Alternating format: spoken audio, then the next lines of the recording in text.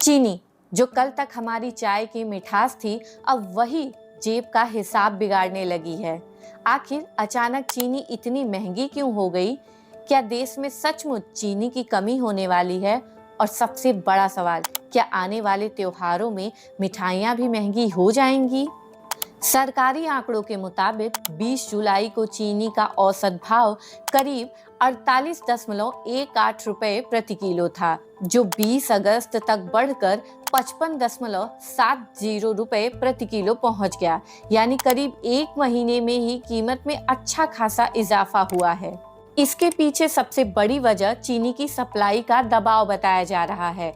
महाराष्ट्र, कर्नाटक और गुजरात जैसे प्रमुख गन्ना उत्पादक राज्यों में मौसम की मार से गन्ने की पैदावार प्रभावित हुई है। इससे चीनी का उत्पादन अनुमान से कम रहने की आशंका है। रिपोर्ट्स के मुताबिक नए सीजन की शुरुआत में शुरुआती स्टॉक करीब 35 लाख टन रह सकता है, जिसे पिछले करीब 3 दशकों में बेहद निचले स्तरों में माना जा रहा है।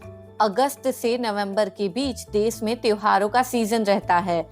गणेश चतुर्थी से लेकर दशहरा और दिवाली तक मिठाई, हलवाई और दूसरे खाद्य उत्पादों में चीनी की खपत बढ़ जाती है। यानी जिस समय मांग बढ़ती है, उसी समय बाजार में उपलब्धता को लेकर चिंता बढ़ रही है। यही वजह है कि चीनी के दाम पर दबाव बढ़ रहा है। बढ़ती कीमतों को नियंत्रित करने के लिए सरकार ने चीनी के स्टॉक पर कई पाबंदियां लगाई हैं। साथ ही करीब 10 लाख टन कच्ची चीनी के शुल्क मुक्त आयात की अनुमति भी दी गई है, ताकि घरेलू बाजार में सप्लाई बढ़ाई जा सके। सरकार का कहना है कि मौजूदा तेजी को सिर्फ एथेनॉल के लिए चीनी के इस्तेमाल से जोड़ना सही नहीं है। वैश्विक स्तर पर भी सप्लाई को लेकर दबाव है।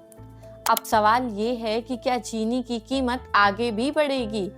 फिलहाल इसका सीधा जवाब देना मुश्किल है, लेकिन इतना जरूर है कि अगर सप्लाई जल्द नहीं सुधरी और त्योहारों की मांग बढ़ती रही, तो चीनी के साथ साथ मिठाई, बिस्किट, दूसरे चीनी आधारित उत्पादों की कीमतों पर भी असर पड़ सकता है। तो अगली बार जब चाय में चीनी डालें, तो सिर्फ चम्मच पर नहीं, बल्कि बाजार के भाव पर भी नजर रखिए। ऐसी ही जरूरी और आम आदमी से जुड़ी खबरों के लिए जुड़े रहिए अमृत उजाला डिजिटल के साथ।